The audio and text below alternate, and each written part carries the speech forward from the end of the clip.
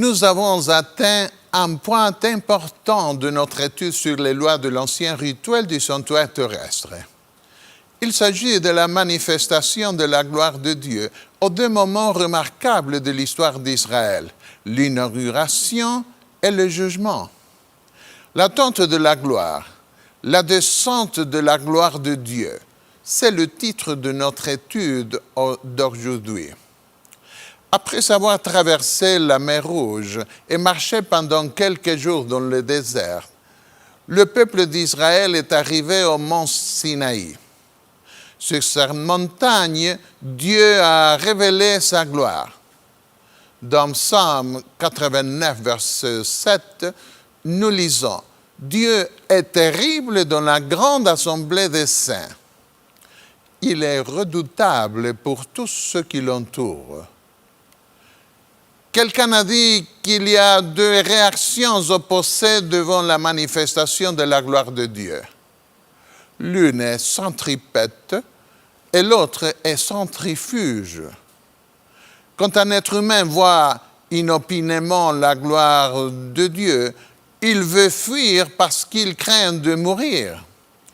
D'autre part, après la première tentative de fuite, et après avoir été accepté par Dieu, il veut s'approcher de l'endroit le plus proche de Dieu. Quelque chose de semblable arriva lorsque Dieu proclama sa loi sur le mont Sinaï. Non seulement Dieu écrivit cette loi de son propre doigt, mais il l'a aussi prononcée de sa propre voix puissante. Tout le peuple entendait les tonnerres et le son de la trompette. Il voyait les flammes de la montagne fumante. À ce spectacle, le peuple tremblait et se tenait dans l'éloignement. Il dira à Moïse, « Parle-nous toi-même et nous écouterons. » Exode 20, versets 18 au 19. Dieu les avait appelés pour faire l'alliance avec lui. Ils avaient répondu trop tôt dans des termes que l'on peut résumer de cette façon. Dieu commande, nous obéissons. Mais ils n'avaient pas réalisé l'esprit de ce qu'ils disaient. Ils étaient engagés sans avoir une idée claire de la grandeur de Dieu ni de son caractère sacré. Par conséquent, lorsque Dieu révéla sa gloire sur le mont Sinaï, ils comprirent la nature de l'alliance et leur véritable état. De nombreuses personnes qui n'ont aucune idée du saint caractère de Dieu et qui commencent à être attirées par les questions religieuses sont tôt ou tard confrontées à la loi de Dieu. À ce moment-là, elles se rendent compte plus que jamais auparavant qu'elles sont pécheresses. C'est le rôle de la loi de Dieu pour un peuple pécheur, montrer le péché et la nécessité de pécheurs à avoir un médiateur. Pour cette raison, le peuple dit à Moïse, « Parle-nous toi-même et nous écouterons. » Ils ont compris le besoin d'un médiateur, parce qu'ils ne pouvaient pas aller directement par eux-mêmes à Dieu. Permettez-nous de souligner ce point à nouveau. Devant la splendeur de la gloire de Dieu, nous nous rendons compte que nous ne pouvons pas nous approcher de Dieu par nous-mêmes. Nous remarquons que nous avons besoin d'un médiateur pour intercéder pour nous devant Dieu. C'est la raison pour laquelle le peuple demanda à Moïse que Dieu ne nous parle point de peur que nous ne mourions. Qu'est-ce que Moïse répondit au peuple? Ne vous effrayez pas, car c'est pour vous mettre à l'épreuve que Dieu est venu et c'est pour que vous ayez sa crainte devant les yeux, afin que vous ne péchiez point. Exode 20, versets 19 et 20. La peur de la police provoque beaucoup de gens à être prudents. Mais comme dit, il faut être prudent devant la crainte de Dieu. Quand Abraham était en Égypte, il craignait pour sa vie parce qu'il dit « Il n'y a pas de crainte de Dieu ici ». Si il y a aujourd'hui tellement d'assassinats et de corruption, c'est parce que beaucoup de gens sont volontairement devenus orphelins du Père qui est dans les cieux et n'ont aucune idée du jugement de Dieu ni du fait que nous aurons tous à comparaître en présence même de Dieu pour rendre compte de ce que nous avons fait. Et c'est le manque de cette conviction du jugement de Dieu qui cause le malheur dans le monde. La crainte de Dieu est liée à sa présence, à sa gloire, à sa sainteté. Lorsque Moïse descendit plus tard de la montagne avec les 2 tables de la loi, sa main, sa face reflétaient la gloire de Dieu. Il avait été en présence même de cette gloire. Et maintenant, son visage reflétait cette gloire que le peuple ne pouvait pas supporter. Il devait mettre un voile sur son visage pour que le peuple puisse le regarder. Une fois acceptés en présence de Dieu, ceux qui voient sa gloire veulent se rapprocher. Ils trouvent un immense privilège et de la joie en présence de Dieu. Psaume 16, 11 exprime ce sentiment. Il y a d'abondante joie devant ta face, des délices éternels à ta droite. En d'autres mots, il y a un effet paradoxal devant la gloire de Dieu. D'une part, il y a de la crainte parce que les pécheurs se sentent insignifiants devant une révélation aussi majestueuse. D'autre part, il y a un désir de s'approcher plus de la présence de Dieu parce que les gens se rendent compte qu'ils commencent à toucher le sens même de l'éternité. Une fois accepté en présence de Dieu, Ésaïe accepta l'appel prophétique et dit « Mais voici, envoie-moi ».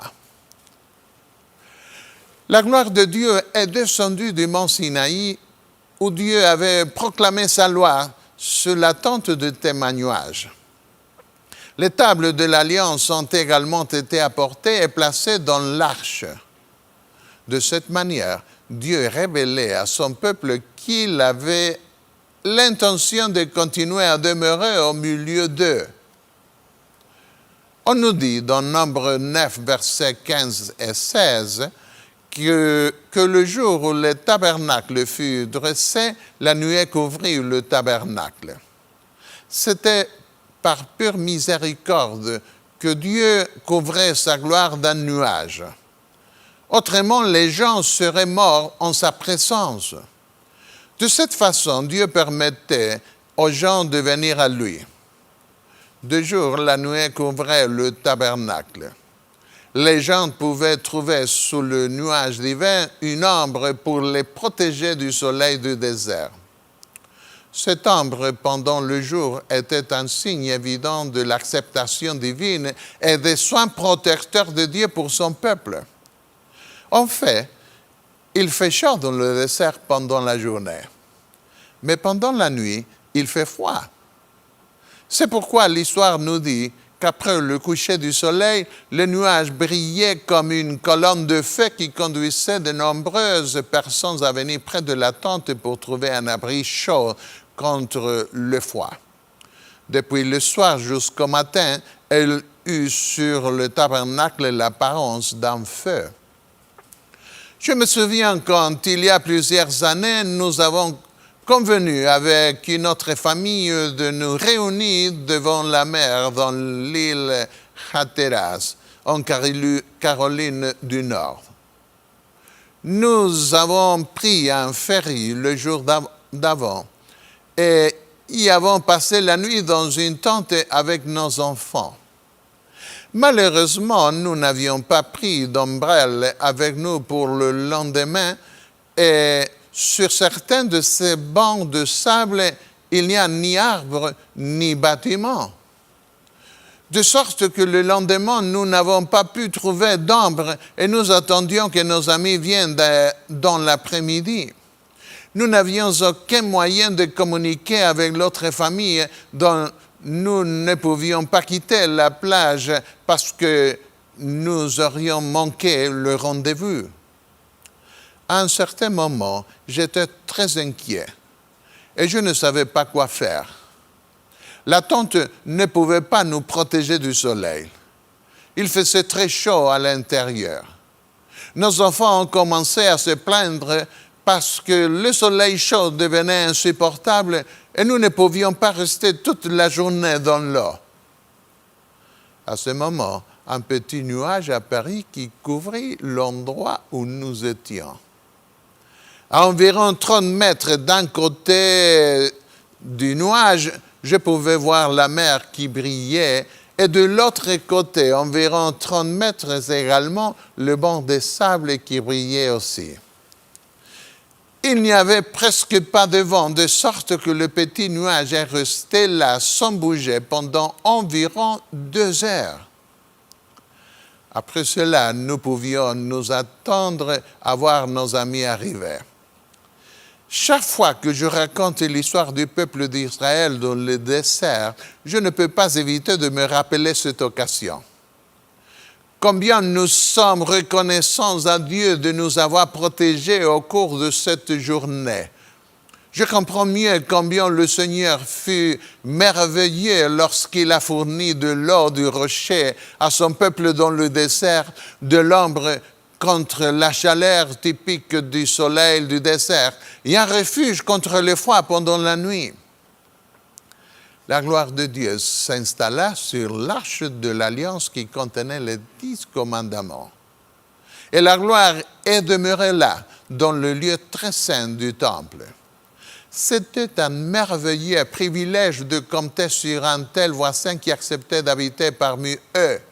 Jamais dans l'histoire de l'humanité, un habitant n'eut des voisins aussi curieux que les Israélites. Ils regardaient souvent ce que ces voisins grands et majestueux faisaient pour faire de même. Et Dieu voulait qu'ils soient curieux. Il était justement venu pour leur enseigner comment vivre en sa présence et comment s'approcher de lui et être enchanté par la manifestation de sa gloire. Lorsque tôt le matin, le nuage de gloire se levait et que les prêtres commençaient à démonter le tabernacle portable, les gens savaient qu'ils devaient faire de même. Ils se déplaçaient avec leurs tentes, suivant le nuage vers où le Seigneur décidait de les conduire. Lorsque le nuage s'arrêtait, les prêtres remontaient le tabernacle et le peuple faisait de même avec leurs tentes. Ils séjournaient là tout le temps que la gloire de Dieu y restait sans se lever. Ils campaient sur l'ordre de l'Éternel et ils partaient sur l'ordre de l'Éternel.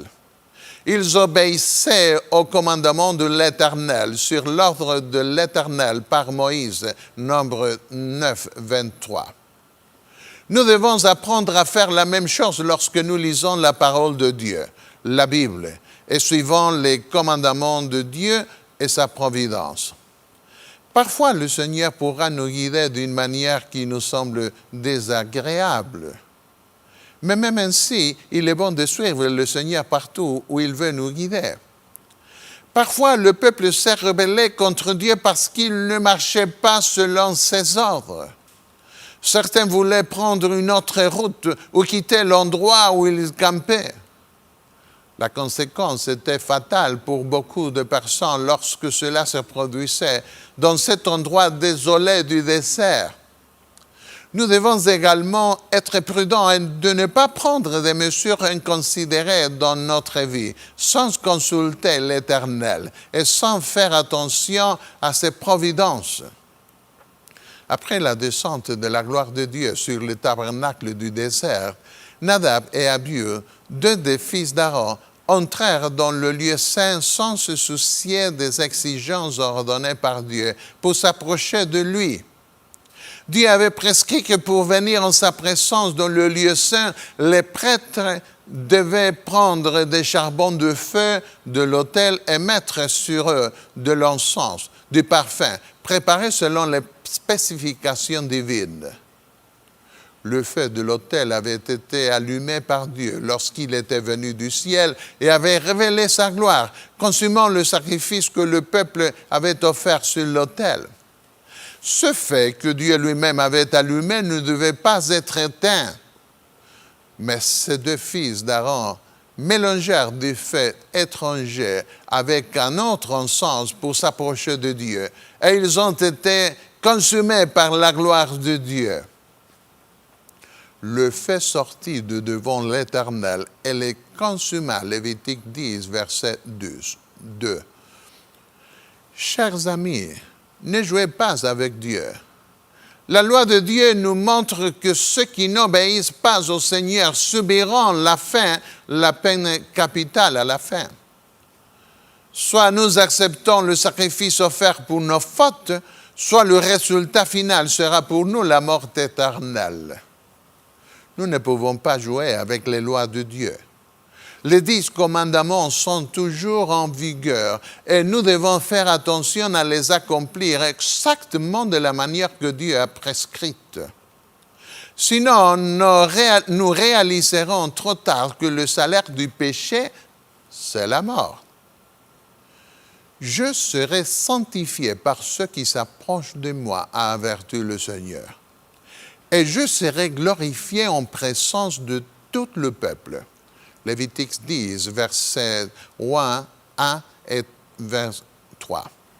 Ces deux fils d'Aaron avaient le privilège de comparaître dans la pièce intérieure, plus intérieure du temple. Mais devant Dieu, plus les privilèges accordés sont grands, plus les responsabilités sont grandes, et plus dur est le châtiment si nous n'accomplissons pas ce qui est demandé. La manifestation de la gloire de Dieu dans le cas des deux fils du souverain sacrificateur fit la preuve la plus claire de rejet. La conséquence fatale fut la mort des transgresseurs de divins préceptes. Plus tard, 250 dirigeants se sont rebellés contre Dieu sous la direction de Coré, d'Atham et Abiram. La terre s'ouvrit et engloutit les 3 principaux dirigeants de la révolte. Mais les 250 princes qui prétendaient accomplir la présence du Seigneur, ils furent consumés par la gloire de Dieu. Dieu avait choisi la tribu de Lévi pour le sacerdoce et les fils d'Aaron pour offrir l'encens en sa présence. Mais ces 250 princes convoitaient ce ministère spirituel et la conséquence est dépeinte de façon pathétique. Un feu sortit d'auprès de l'Éternel et consuma les 250 hommes qui offraient le parfum. Nombre 16, 35. Mes amis, il faut être prudent avec les faux prêtres. Car si ce n'est pas aujourd'hui, la punition les atteindra au jugement final. Il existe aujourd'hui une seule prêtrise acceptée pour intercéder pour nous dans le temple céleste, et c'est celle de Jésus. Nous sommes tous des intermédiaires entre Dieu et le monde, mais le ministère sacerdotal entre Dieu et son peuple traitant de la résolution de nos péchés n'a été accordé qu'à Jésus dans le sanctuaire céleste.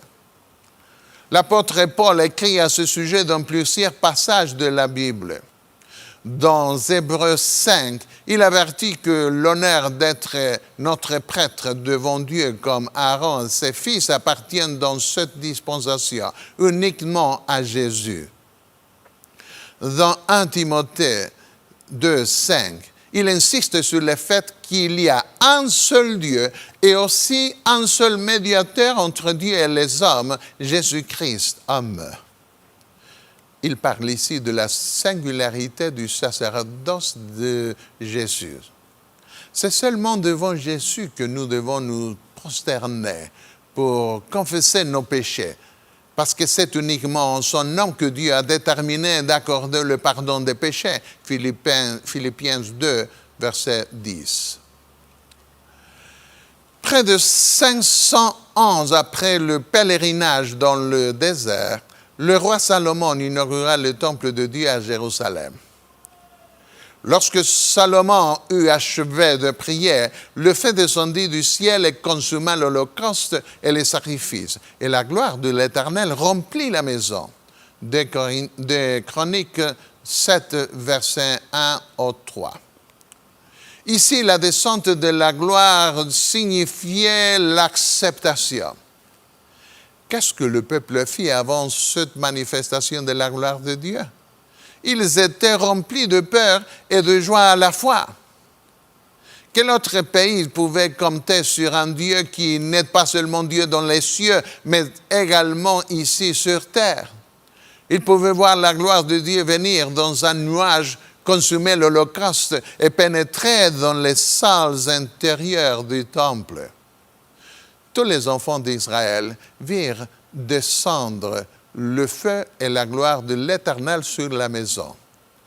Ils s'inclinèrent, le visage contre terre sur le pavé, se prosternèrent et louèrent l'Éternel en disant « Car il est bon, car sa miséricorde dure à toujours. » Des Chroniques 7, 1 au 3.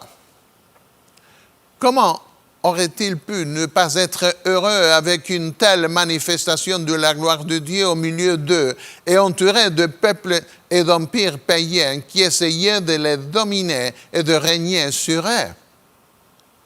Si le Dieu Tout-Puissant était avec son peuple, qui pouvait envahir leur pays et les chasser du pays qui leur avait été promis et donné? Dans un tel contexte, la descente de la gloire signifiait, encore une fois, l'acceptation, l'approbation de la part de Dieu. Afin d'être approuvés par Dieu, les Israélites s'étaient préparés en offrant des sacrifices. Il est extrêmement important de mettre ce principe en évidence. Sans sacrifice, nous ne pouvons pas nous tenir debout devant la gloire de Dieu. Traduit dans le langage du Nouveau Testament, cela signifie que sans accepter le sacrifice de l'agneau de Dieu, Jésus-Christ, nous ne réussirons pas lorsque nous devrons rencontrer le Seigneur. Le temple de Salomon était l'une des merveilles de l'Ancien Monde. Dans la cour de ce temple se trouvait l'autel de bronze, la mer d'airain qui faisait référence à une grande source d'eau. Elle avait 10 petites fontaines où les prêtres se lavaient les mains et les pieds avant de pénétrer dans la salle intérieure du temple. La gloire de Dieu reposait dans la salle intérieure du temple. Malheureusement, près de 4 siècles plus tard, Dieu retira la manifestation visible de la présence du temple de Salomon. Ézéchiel écrivit « La gloire de l'Éternel s'éleva de dessus les chérubins et se dirigea vers le seuil de la maison. La maison fut remplie de la nuée et les parvis furent remplis de la splendeur de la gloire de l'Éternel. » Ézéchiel 10, verset 4. Nous voyons ici que la gloire de Dieu couvre le temple, mais dans un contexte différent. Dieu quitte son temple lorsque l'instruction du jugement se termine. Cela est important à souligner, surtout lorsque nous nous rendons compte que dans le livre de l'Apocalypse, le temple céleste est rempli de la gloire de Dieu, de la nuée de sa présence en relation avec le déversement des derniers fléaux. Dans un tel contexte, nul ne peut entrer dans le temple. Tous les anges de Dieu quittent le temple pour exécuter les jugements de Dieu sur la terre. Le retrait du nuage, de la fumée qui recouvrait la gloire de Dieu eut lieu dans Ézéchiel dans un contexte de jugement. De cette manière, Dieu se désolidarisé du royaume apostat d'Israël. Ézéchiel 11, versets 22 et 23, nous dit que la gloire de l'Éternel s'éleva du milieu de la ville et elle se plaça sur la montagne qui est à l'orient de la ville. L'entrée du temple faisait face à l'orient, d'où le soleil s'élève le matin. De cette manière, les portes du temple étaient une sorte de cadran solaire qui permettait aux prêtres de déterminer les équinoxes de printemps et d'automne. Les sacrificateurs pouvaient connaître la date de l'équinoxe lorsque les premiers rayons de soleil entraient par la porte extérieure du temple. Mais dans la vision d'Ézéchiel, le moment était venu pour la gloire de Dieu de quitter le temple par ses portes. La gloire abandonna la ville, la laissant sans protection, pour être complètement détruite plus tard. Cette gloire s'est arrêtée pendant un certain temps sur le sommet de la montagne orientale. Pourquoi Dieu rejeta-t-il le royaume d'Israël du temps d'Ézéchiel? La réponse est donnée dans 2 Chroniques 36, verset 16. Ils se moquèrent des envoyés de Dieu. Ils méprisèrent ses paroles. Et ils se raillèrent de ses prophètes jusqu'à ce que la colère de l'Éternel contre son peuple devint sans remède. Ne vivons-nous pas aujourd'hui dans un monde qui se moque de la parole de Dieu? Ne vivons-nous pas aujourd'hui dans un monde qui se moque du messager de l'Éternel? Pour cette raison, ce monde périra aussi. Il sera remis au gouvernement de Satan pendant un court moment avant sa destruction complète. Puis, le pire viendra. Notre monde semble déjà aller dans cette direction. Le chaos, la violence et la corruption morale sont acceptés et respectés par l'humanité. Le moment approche où le Seigneur viendra dans toute sa gloire pour exécuter le jugement sur la terre. Les Babyloniens vinrent et attaquèrent la ville de Jérusalem. Le peuple ne pouvait pas défendre les murs qui furent détruits. Le temple fut brûlé et les Juifs faits prisonniers. Lorsque les Juifs retournèrent à Jérusalem, 70 ans plus tard, ils rebâtirent la ville et le temple qui ne fut plus appelé le temple de Salomon parce que ce temple avait été détruit. Le nouveau temple fut appelé le temple de Zorobabel parce que Zorobabel était de la descendance de David et il dirigea la reconstruction du temple. Est-ce que la gloire de Dieu descendit de nouveau pour remplir cette maison? Non, cela n'arriva pas. Pourquoi? Parce que l'arche de l'Alliance contenant les 10 commandements n'était plus là. En face de l'endurcissement des princes d'Israël et avant la destruction imminente du temple, des mains pieuses avaient caché l'arche et ils sont morts emportant leur secret avec eux dans la tombe. Cette arche est encore cachée quelque part en Palestine. Lorsque les Juifs sont rentrés de leur captivité babylonienne, ils n'osèrent pas faire une autre arche, car l'arche contient la loi de Dieu, et la loi avait été écrite par Dieu lui-même. On pourrait également proposer, parce que l'arche représentait le trône de Dieu, que les Juifs rapatriés n'osèrent pas en construire une autre, car le trône de Dieu ne peut pas être remplacé. L'arche du témoignage n'a pas été trouvée et une pierre fut mise à sa place. Dans cette image, vous pouvez voir une pierre dessinée par l'artiste à la place de l'arche. Toutefois, de récentes études architectoniques sur la zone nous montrent que la pierre à laquelle font référence les écrits des rabbins n'a pas été amenée d'un autre endroit. Elle a été sculptée dans le rocher, dans le lieu très saint, sur commande de Salomon. Les mesures de cette roche sculptée coïncident avec les mesures de l'arche, avec un peu d'espace supplémentaire pour le livre de la loi à côté de l'arche. Pourquoi la gloire de Dieu descendit-elle sur le temple de Salomon? Parce que l'arche de l'Alliance contenant les tables du témoignage était là. Pourquoi la gloire de Dieu ne descendit-elle pas sur le temple de Zorobabel? Parce que l'arche de l'Alliance contenant les tables du témoignage n'était pas là. C'est une formule simple, facile à comprendre. Chers amis, je tiens à vous dire que la gloire de Dieu descend sur vous aujourd'hui également, spirituellement parlant.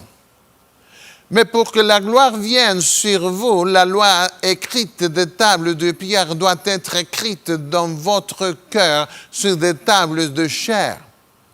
C'est le travail de l'Esprit Saint. C'est Dieu lui-même qui écrivit sa loi sur des tables de pierre sur le mont Sinaï, et c'est Dieu lui-même, par son esprit, qui écrit sa loi sur des tables de chair dans notre cœur. Si une gloire descend de toute façon sur vous sans que la loi soit dans votre cœur, faites attention. C'est peut-être un fait spirituel trompeur qui vient de celui qui veut se faire passer par un ange de lumière et qui est un véritable imposteur. Cet ange trompeur se fait un plaisir de venir avec de spectaculaires manifestations de son pouvoir, des signes miraculeux, prétendant être Dieu. Jésus et les apôtres nous mettaient en garde contre ces prodiges mensongers qui ne viennent pas de la véritable source. Les prophètes Agé et Zacharie furent appelés à encourager les bâtisseurs du temple en 520 avant Jésus-Christ. Ils ont promis au nom de Dieu que la gloire de Dieu reviendrait ici dans ce temple. Le peuple devait regarder maintenant vers le futur, vers une gloire qui viendrait dans l'avenir. Auparavant, ils avaient compté sur la gloire de Dieu dans le temple. Il y avait parfois eu des moments d'apostasie, mais Dieu y était resté. Parfois, Dieu avait jugé son peuple et après sa purification, il avait convenu de rester habité au milieu d'eux.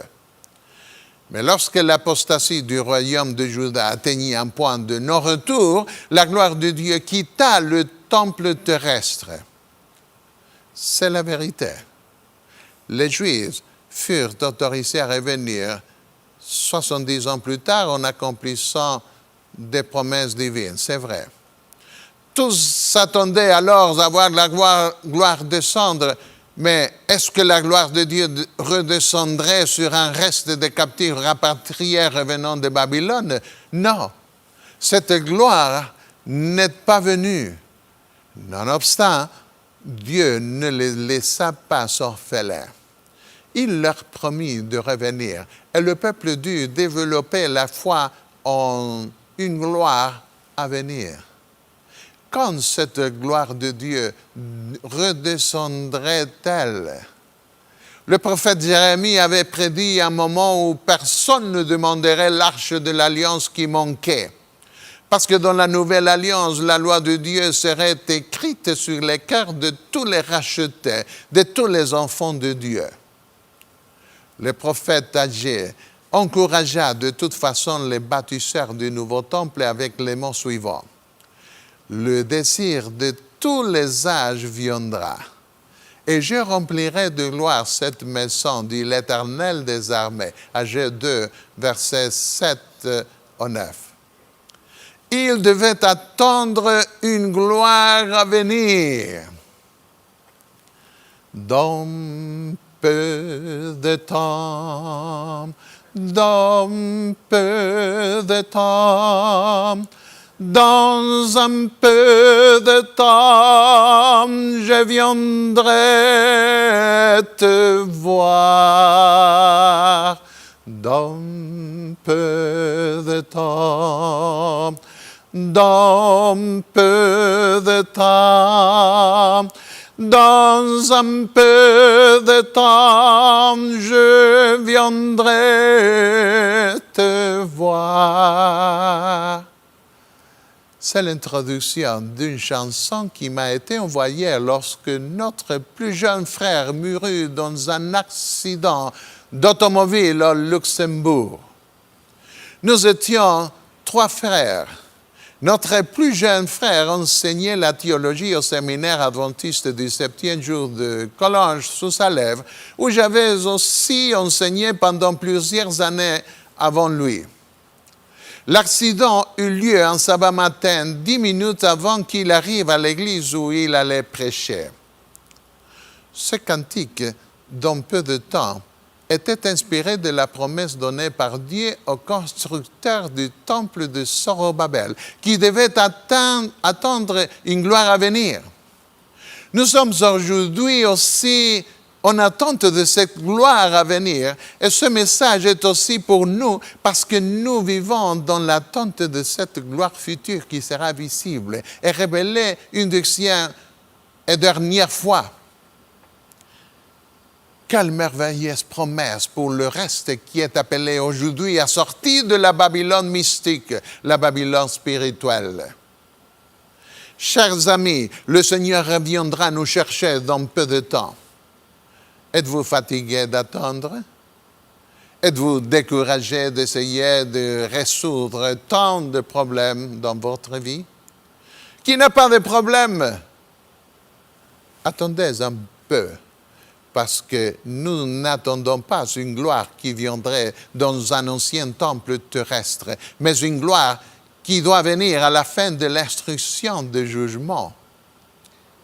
Agé réconforta le reste qui était revenu de captivité en lui disant, « L'argent est à moi et l'or est à moi, dit l'Éternel des armées. La gloire de cette dernière maison sera plus grande que celle de la première. » Ces mots n'étaient pas simplement les mots du prophète, c'étaient là les paroles du Seigneur Tout-Puissant, Agé 2, versets 7 au 9. Agé dit aux bâtisseurs, « Ne vous inquiétez pas, vous, pour le moment pressant, du manque de moyens matériels pour bâtir ce temple. Le Seigneur saura remplir sa promesse. » Un reste était revenu et ce reste serait sauvé. La gloire promise descendra sur ce reste dans un proche avenir. À la même époque, Zacharie a aussi encouragé le peuple à reconstruire le temple 4 ans avant son inauguration. Le Seigneur dit au constructeur, « Je serai pour elle, dit l'Éternel, une muraille de feu pour tout autour, et je serai sa gloire au milieu d'elle. Pousse des cris d'allégresse et réjouis-toi, fille de Sion, car voici je viens et j'habiterai au milieu de toi, dit l'Éternel. » Zacharie 2, versets 5 et 10. Lorsque Dieu fait une promesse, il l'accomplit. Mais un siècle plus tard, beaucoup perdaient leur foi, car à leur avis, cette promesse avait été retardée. Comme dans la parabole de Jésus en relation avec le temps de la fin, beaucoup dirent, « Mon maître tarde à venir » ou bien croyaient simplement que la gloire ne viendrait jamais. Par l'intermédiaire de Malachie, le dernier prophète de l'Ancien Testament, le Seigneur avertit, « Voici, j'enverrai mon messager. Il préparera le chemin devant moi. » Et soudain entrera dans son temple le Seigneur qui vous cherchait, et le messager de l'alliance que vous désirez. « Voici, il vient, dit l'Éternel des armées. » Malachie 3, versets 1 au 3. Oui, il leur avait été promis. Il viendra. Pourquoi cette gloire viendrait-elle soudainement à l'improviste? Cela avait été prévu des siècles auparavant. La même chose se produit aujourd'hui. La majorité du monde ne perçoit pas que la gloire de Dieu va redescendre lors de la seconde venue du Messie. Le monde est tellement occupé par des rêves matérialistes qu'il ne s'intéresse pas aux promesses de Dieu, ni au fait que nous vivons à l'époque où cette gloire doit venir. Et en dépit du fait que cela n'avait été prévu des siècles auparavant, Jésus a averti que cela arriverait à ce monde aussi. Cela arriverait sur les habitants de la terre soudainement comme un piège. Le monde ne serait pas prêt à recevoir le Seigneur. Un reste seulement serait sauvé. 4 ans après Malachie, la gloire de Dieu est descendue du ciel. Elle vint de façon inattendue. Elle ne vint pas couverte d'un nuage, mais couverte de chair humaine. Le Saint-Esprit viendra sur toi, dit l'ange à une jeune villageoise, et la puissance du Très-Haut te couvrira de son ombre. C'est pourquoi le Saint-Enfant qui naîtra de toi sera appelé Fils de Dieu. Luc 1, verset 35. Les anges vinrent lorsque le Fils de Dieu naquit. Ils furent saisis d'étonnement en se rendant compte que les hommes n'étaient pas prêts à le recevoir. Personne n'était content, à l'exception des anges et des parents de Jésus, de la naissance du Fils de Dieu. Les hommes n'étaient pas au courant de cela. Les anges trouvèrent quelques bergers qui gardaient leurs troupeaux dans les champs et Dieu leur permit d'apparaître devant eux chantant « Gloire à Dieu dans les lieux très hauts et paix sur la terre ». Luc 2, 14. Emmanuel, Dieu avec nous, était là. Zacharie, le père de Jean-Baptiste, avait secoué le peuple en disant « Le soleil levant nous a visités d'en haut pour éclairer ceux qui sont assis dans les ténèbres et dans l'ombre de la mort, pour diriger nos pas dans le chemin de la paix. » Luc 1, 78 et 79. Dans Jean 1, 9 et 14, nous lisons que ce Fils planta son tabernacle parmi nous. Dieu utilise le terme tabernacle comme un verbe, ce qui pourrait être exprimé par Dieu, tabernacula parmi nous. De même que le tabernacle dans le désert recevait la gloire de Dieu au sein du peuple d'Israël. Dieu aussi cacha sa gloire dans les corps humains de son Fils pour habiter parmi nous. Et la parole a été faite chair, et elle a habité parmi nous, pleine de grâce et de vérité. Et nous avons contemplé sa gloire, une gloire comme la gloire du Fils unique venu du Père. Cette lumière était la véritable lumière qui, en venant dans le monde, éclaire toute âme. Certains, comme Jean et les disciples, ont vu la gloire du Fils de Dieu. Certains ne pouvaient voir qu'un Fils de l'homme, tandis que ceux qui croyaient en lui pouvaient voir le Fils de Dieu. Elle est venue chez les siens, et les siens ne l'ont point reçu. Jean 1, verset 11. Cela vous est-il arrivé d'aller visiter une fille ou un fils, et elle ou il n'a pas voulu vous recevoir? Ou bien vous êtes allé voir votre mari ou votre femme, et il ou elle n'a pas voulu vous recevoir?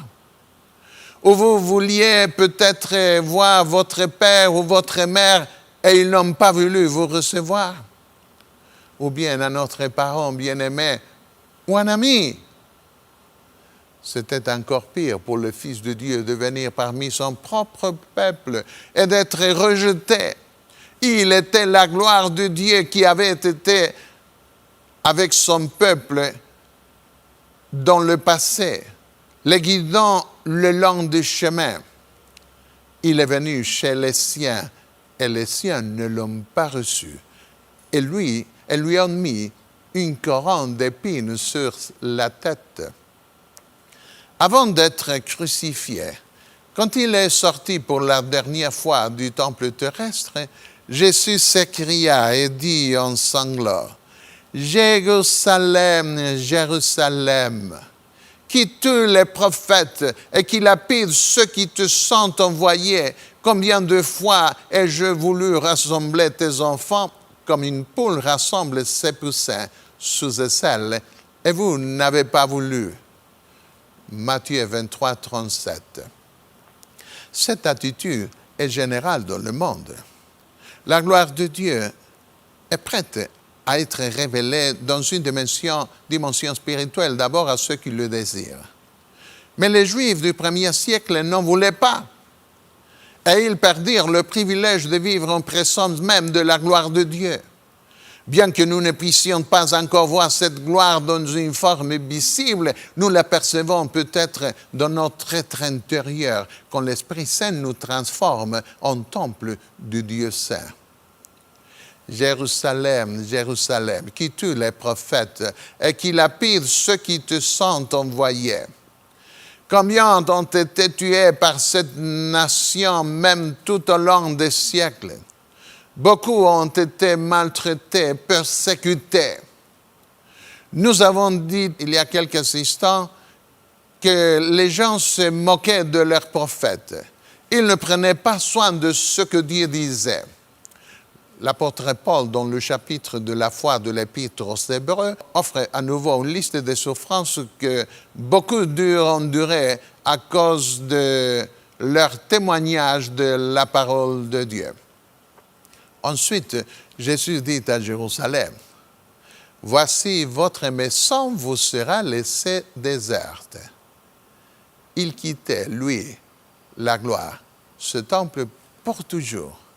Et il quitta cette ville comme la gloire de Dieu avait quitté l'ancien temple de Salomon avant sa destruction par les Babyloniens.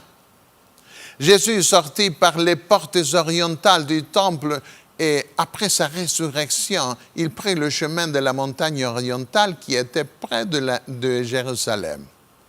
La maison de Dieu fut laissée déserte. Jésus continua en disant, « Car je vous l'ai dit, vous ne me verrez plus désormais jusqu'à ce que vous disiez. Béni soit celui qui vient au nom du Seigneur. » Matthieu 23, 39.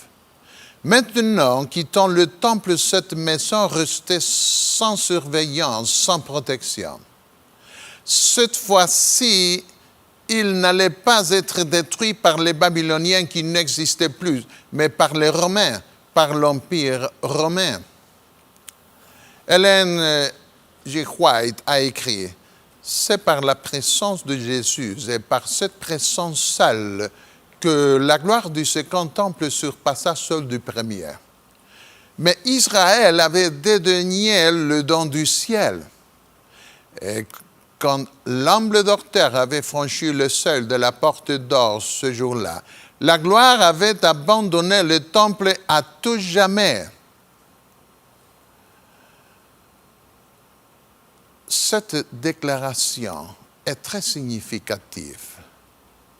Dieu avait promis de remplir ce temple avec une gloire plus grande que celle de l'ancien temple construit par Salomon.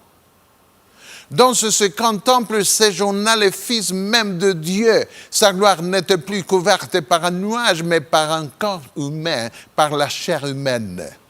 C'est pourquoi beaucoup n'ont pas perçu la gloire de sa face.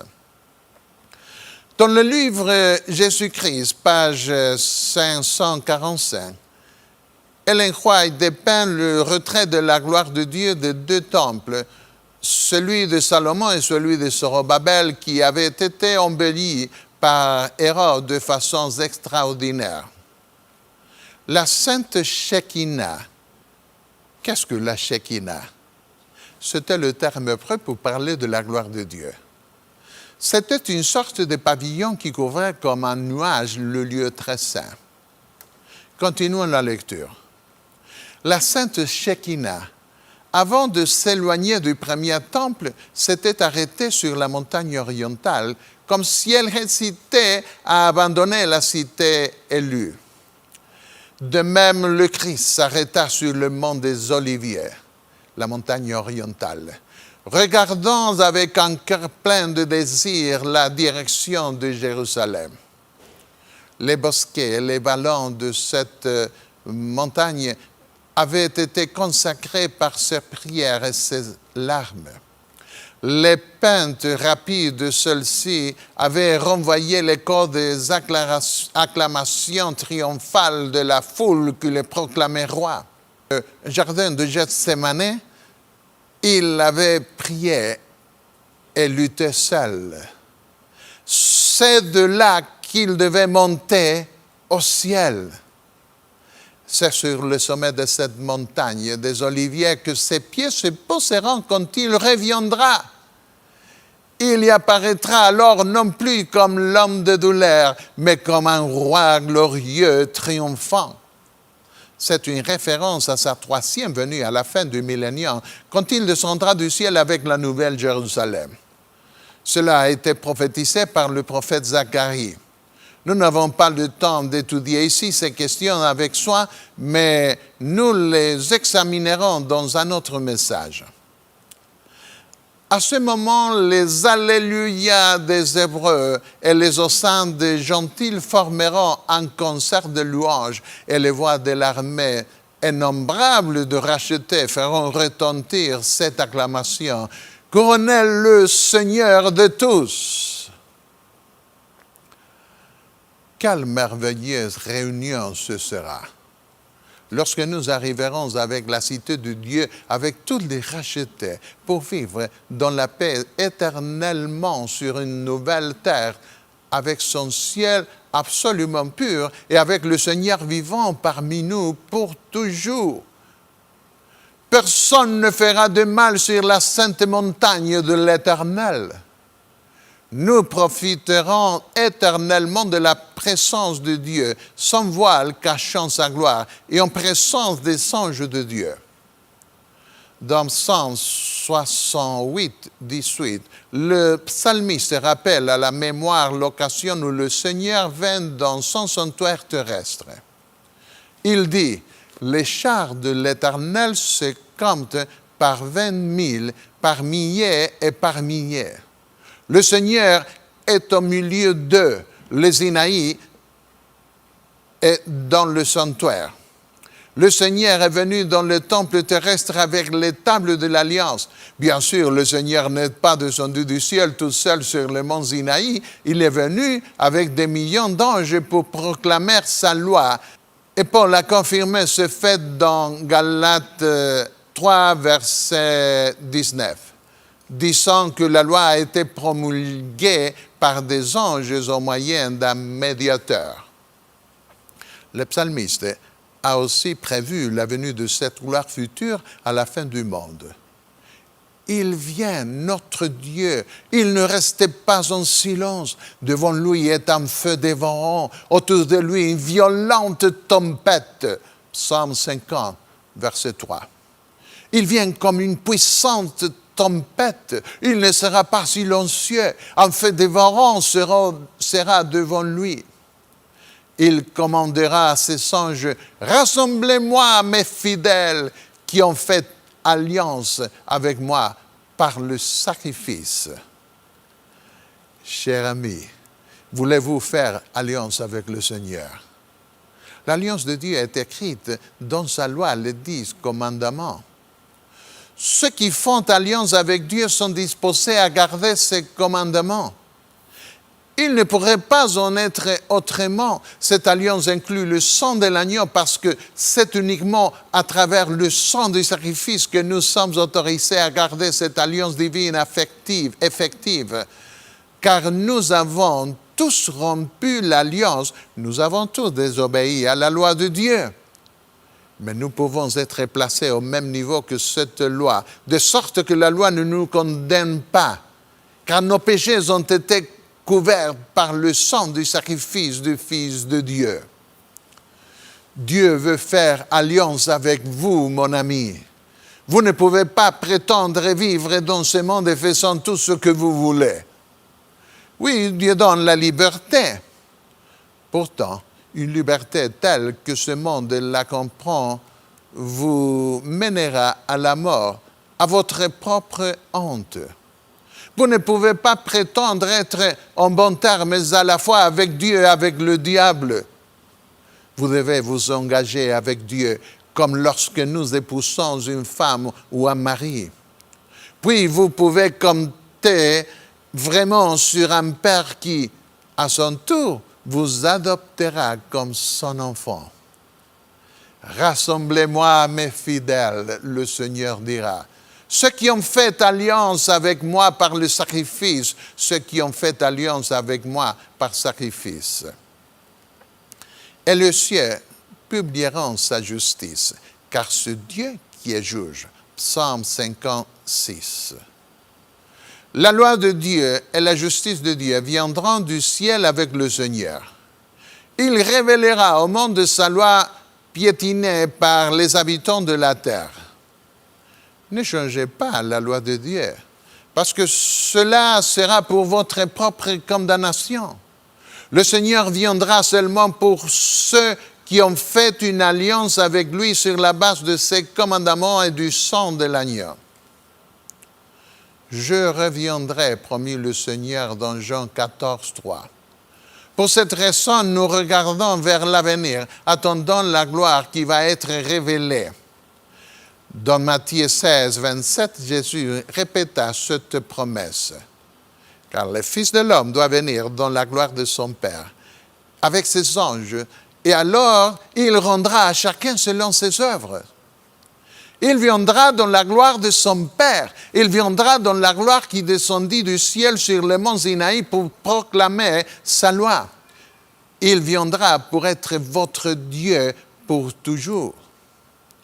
Aujourd'hui, vous pouvez faire du Dieu de la Bible, du Dieu des 10 commandements, du Dieu du sacrifice de son Fils, votre Dieu propre. Cette appartenance au Dieu du ciel, le Seigneur viendra la confirmer pour toujours avec vous. Jésus vient. Mes amis, préparez-vous à le rencontrer. Agenouillons-nous pour demander à Dieu de nous aider à nous préparer à rencontrer cette gloire qui vient, sachant que nous sommes faibles, sachant que la gloire de Dieu peut nous effrayer parce qu'elle viendra comme un signe d'approbation ou de désapprobation.